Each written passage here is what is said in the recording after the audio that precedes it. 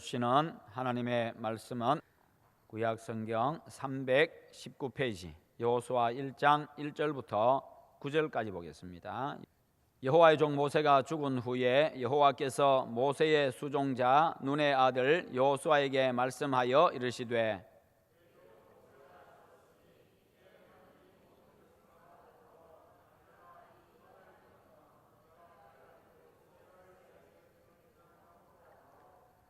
내가 모세에게 말한 바와 같이 너희 발바닥으로 밟는 곳은 모두 내가 너희에게 주었노니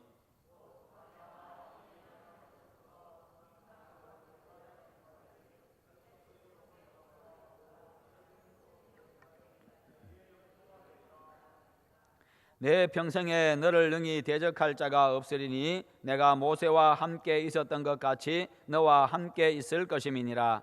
내가 너를 떠나지 아니하며 버리지 아니하리니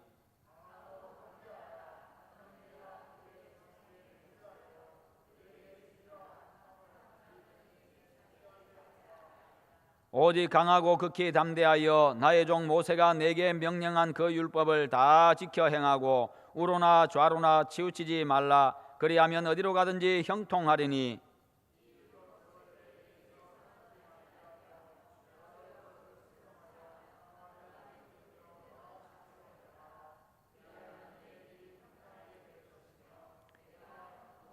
함께 봅니다. 내가 내게 명령한 것이 아니냐. 강하고 담대하라. 두려워하지 말며 놀라지 말라. 내가 어디로 가든지 내 하나님 여호와가 너와 함께 하느니라 하시니라. 아멘. 오늘 말씀의 제목 같이 한번 읽어봅니다. 민족에 대한 교회의 사명. 아멘. 우리는 일제 치욕의 36년 식민 통치하에서 해방된 이 광복절을 앞두고 있습니다. 광복 74주년을 앞두고 우리는 또 다른 위기 앞에 서 있습니다. 일본과의 갈등과 그리고 남북 분단에서 오는 이 이념 갈등과 또 전쟁의 위험 등입니다.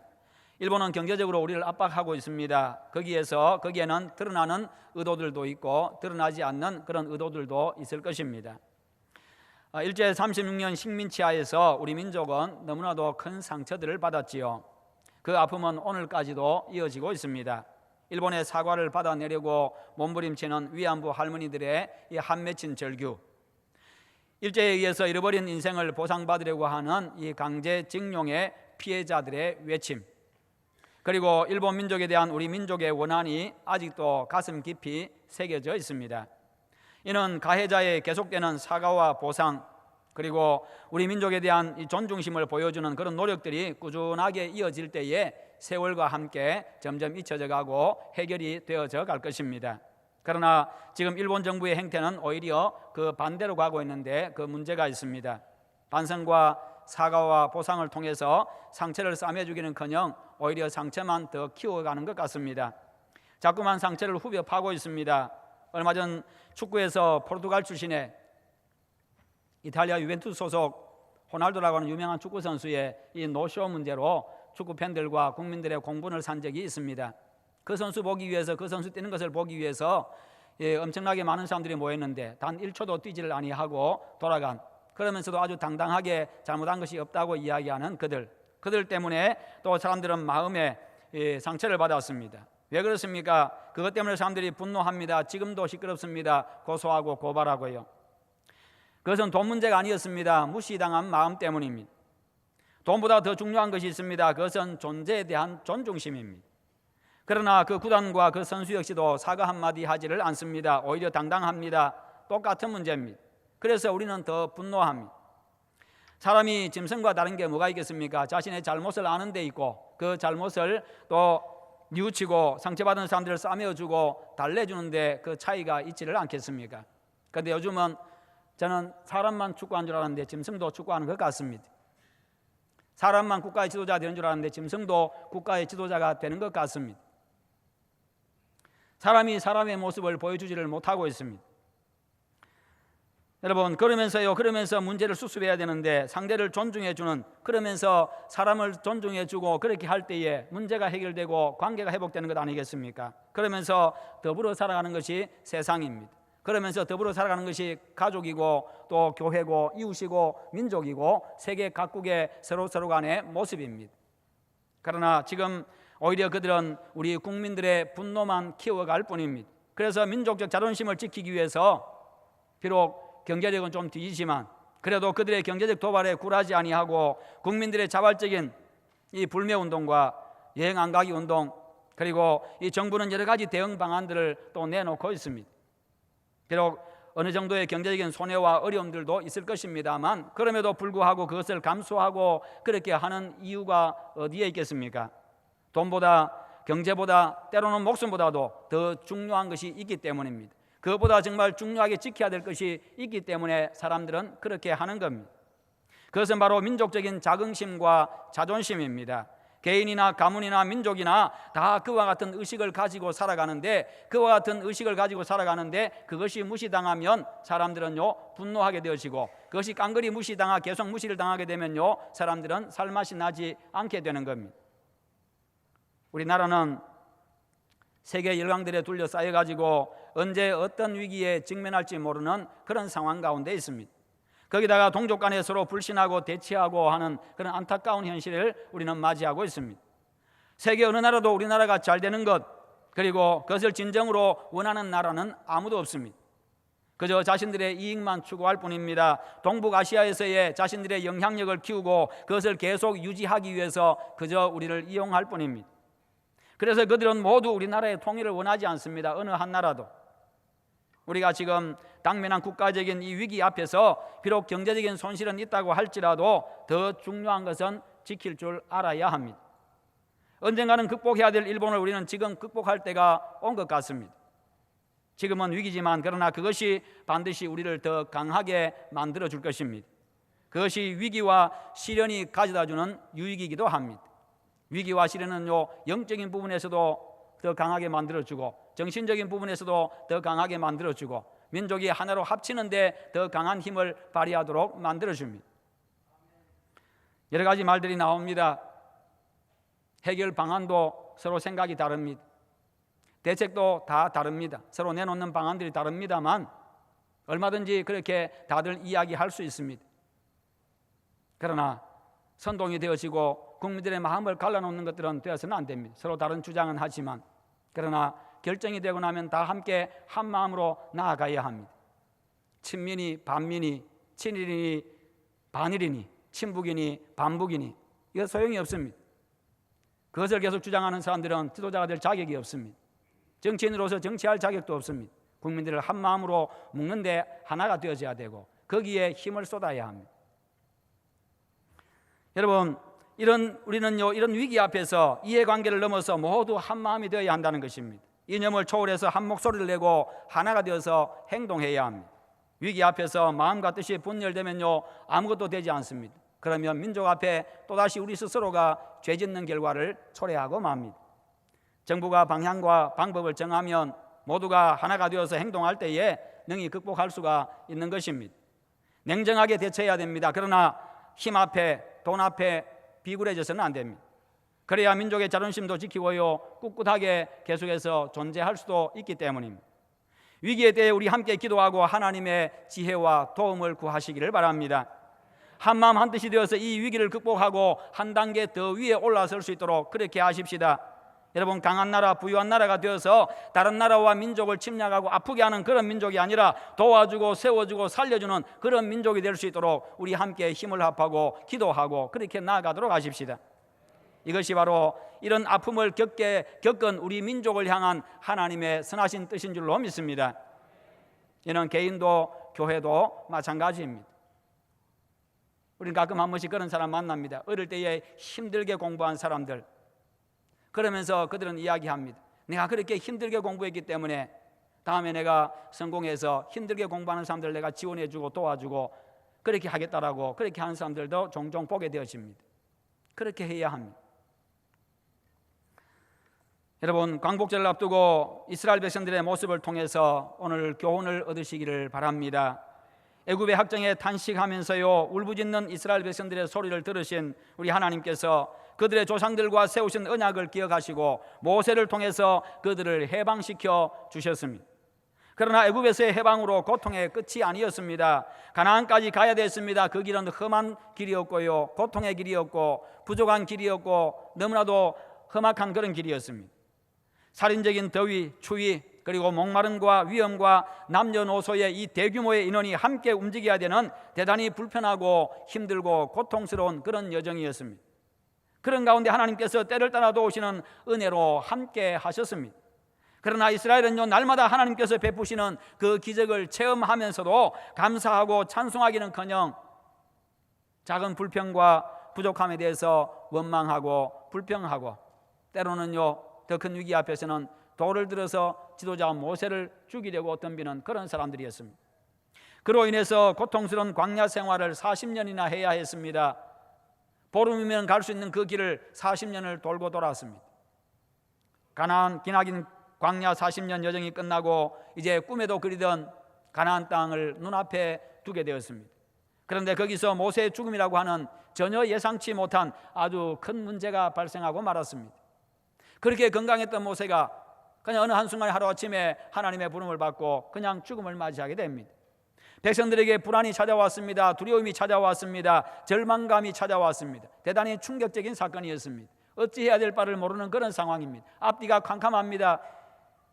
그런데 그때에 하나님은 여호수아를 부르시고는 가나안 정복의 대과업을 그에게 맡기십니다. 그런데 여호수아 역시도 여전히 두려움에 떨고 있었습니다. 그런 그에게 하나님이 말씀하십니다. 내가 모세와 함께 있었던 것과 같이 내가 너와 함께 해주겠다. 두려워하지 말아라. 강하고 담대하거라. 이 말씀은 여호수아에게 힘과 용기를 주었고 여호수아를 일으켜 세워주셨습니다. 왜냐하면요, 그는 광야 40년 동안 하나님께서 모세와 어떻게 함께 해주셨는지 그는 똑똑히 목격했기 때문입니다. 모세에게 어떻게 역사하셨는지 두 눈으로 똑똑히 보았기 때문입니다. 모세와 함께한 하나님의 역사는요, 인간의 예상이 전혀 불가능한 기적의 역사 그 자체였습니다. 처음부터 마지막까지요. 어떤 상황 속에서도 하나님은 모세를 버린 적도 없었고 떠나신 적도 없었습니다. 가끔은 한 번씩, 때로는요 모세 역시도 하나님의 마음에 들지 않는 행동들을 했습니다만 그럼에도 불구하고 하나님은 그와 함께 하셨습니다. 왜요? 하나님의 약속이었으니까요. 그와 같이 여호수아 너에게도 똑같이 함께 해주고 약속한 가나안 땅을 반드시 차지하게 해주겠다고 그렇게 약속하셨습니다. 그리고는 단 한 가지 명령하십니다. 율법을 철저하게 지켜라. 시내산에서 받았던 그 계명들을 철저하게 지켜라. 좌로나 우로나 조금도 치우치지 말고 내 말대로만 하거라. 그러면 어디로 가든지 형통할 것이다. 너의 길이 평탄할 것이다. 어디로 가든지 내가 너와 함께 해주겠다. 여러분, 아무리 힘들어도, 아무리 불가능할 것 같아도, 아무리 여러분의 계산에 계산이 나오지 않아도 하나님이 함께 하시면 되는 것입니다. 여기서 우리가 주목해야 될 것이 있는데요, 여러분, 몸만 해방되었다고 해방된 것이 아니라는 것입니다. 몸만 해방되었다고 자유인은 아니라는 것입니다. 이스라엘은 애굽에서 해방되었지만 여전히 애굽의 메인, 애굽의 종이었습니다. 광야에서 힘들고 어렵고 불편하고 부족할 때면 애굽 생활을 그리워합니다. 애굽에서 먹던 것을 그리워했습니다. 죽음의 위협 앞에서는요, 여기서 죽는 것보다는 차라리 애굽에서 종살이하는 것이 나았겠다. 애굽으로 돌아가자. 힘들고 위험한 지금보다는 차라리 애굽에서 종살이가 좋았다는 겁니다. 그들의 몸은 해방되었지만 영과 정신과 마음은요, 아직도 여전히 애굽의 종이었습니다. 진정한 해방은 몸과 영혼과 정신과 가치관이 함께 해방되는 데 있습니다. 이스라엘 백성들은요, 하나님의 보호와 인도하심과 공급하심 속에 있었지만 온전히 하나님의 다스림을 받지 못하고 그들의 마음과 정신과 가치관은 여전히 애굽의 다스림 속에 있었던 겁니다.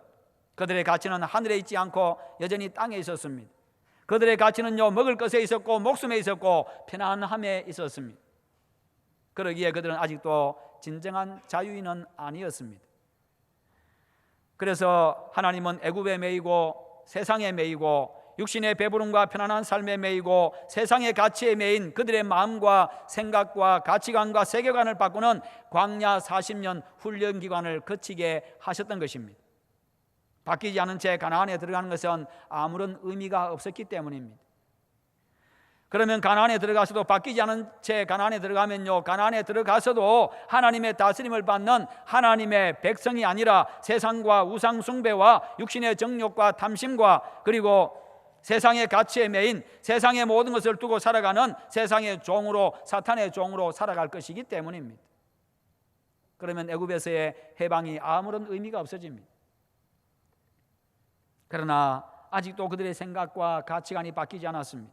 그런 상황에서 하나님은 여호수아에게 어떤 상황에서든지 오직 내 말에만 집중해라, 환경도 사람들의 말도 백성들의 눈치도 보지 말고 나만 바라보고 철저하게 내 말 중심으로 하라. 결국은 온전히 하나님만 믿고 하나님의 다스림만 받으라는 것입니다. 거기에 승리가 있고, 거기에 진정한 평안이 있고, 거기에 진정한 자유가 있고, 거기에 진정한 승리가 있기 때문에.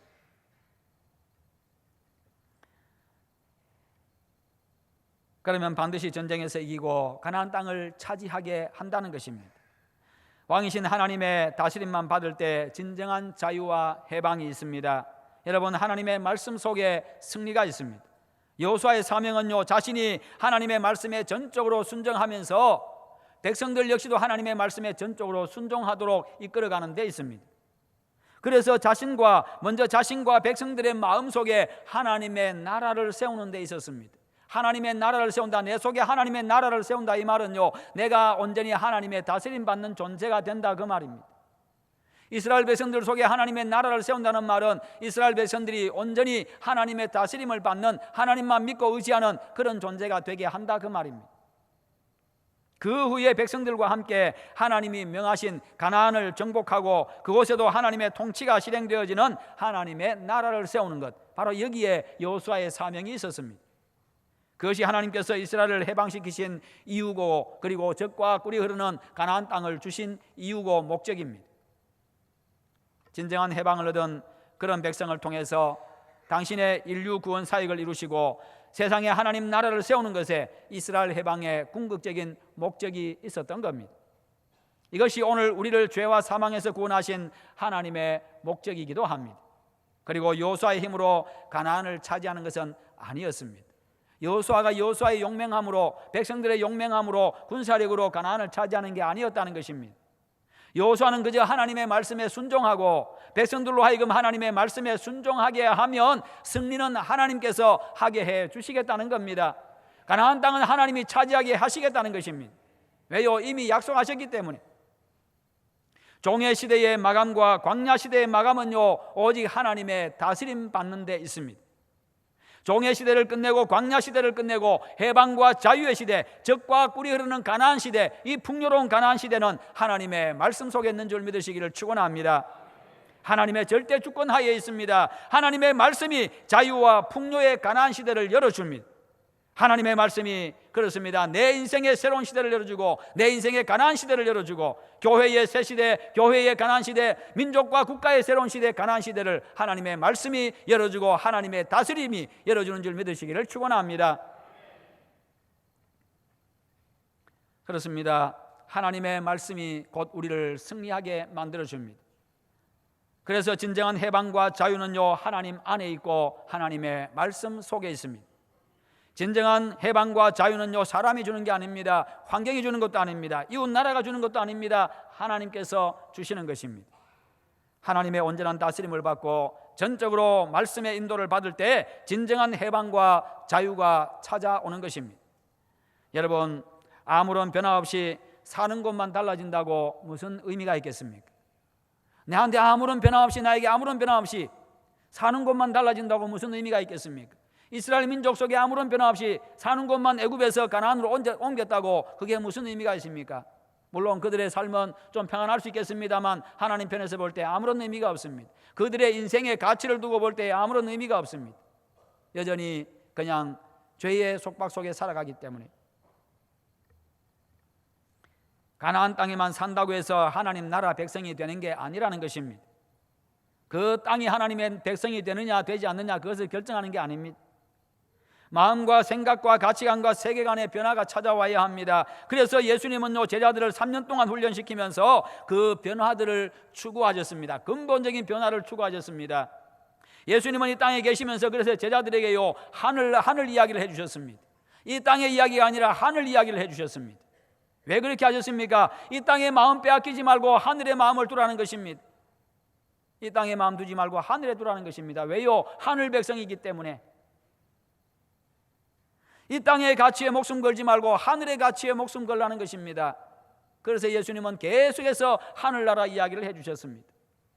뿐만 아니라 예수님은요 12명의 제자들에게 모든 민족을 이야기해 주셨습니다. 땅끝을 이야기하셨습니다. 12명의 제자밖에 양성하지 않으셨지만 그러나 그들 속에는요 모든 민족을 심어주셨고, 팔레스틴 땅을 한 번도 벗어난 적이 없으신 그분이시지만 그들 속에는 땅끝을 이야기해 주셨어요. 땅끝을 심어주셨습니다. 왜 그렇게 하셨습니까? 자기 자신에 매이지 말라는 겁니다.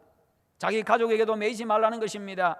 자기 지역에도 매이지 말라는 겁니다. 자기 민족에도 매이지 말라는 것입니다. 가슴을 넓히고 생각을 넓히고 꿈을 키우라는 것입니다. 이웃을 가슴에 품고 민족을 품고 이웃 나라를 품고 세상을 가슴에 품으라는 것이지요. 그저 내 앞에 내 발걸음 걸어가는 그 한 걸음 한 걸음 그 땅만 쳐다보지 말라는 것입니다. 떠나가서 33년밖에 못 사신 우리 예수님이시지만 제자들에게는요 세상 끝날을 이야기하셨습니다. 왜 그렇게 하셨습니까? 오늘에 매여서 살지 말라는 것입니다. 하루하루 먹고 사는 일에 매이는 존재가 아니라는 것입니다.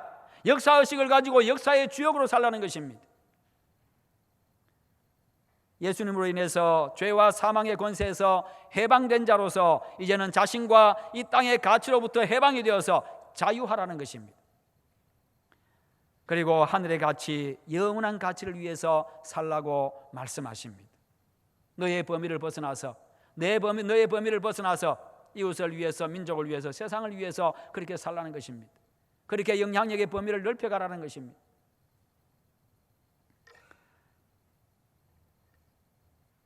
예수님으로 인해서 그렇게 살라는 것입니다. 그리고 하늘의 가치, 영원한 가치를 위해서 살라고 말씀하시는데 그것이 진정한 하나님 나라 백성들의 모습입니다. 교회 역시도 마찬가지입니다. 교회가 세상 풍조에 밀려가고 세상의 가치관과 타협하고 세상의 가치를 두고 세상으로부터 무엇을 얻을까 해서 세상을 쳐다보고 바라보면요 교회로서의 가치가 사라지고 맙니다. 교회가 아닙니다.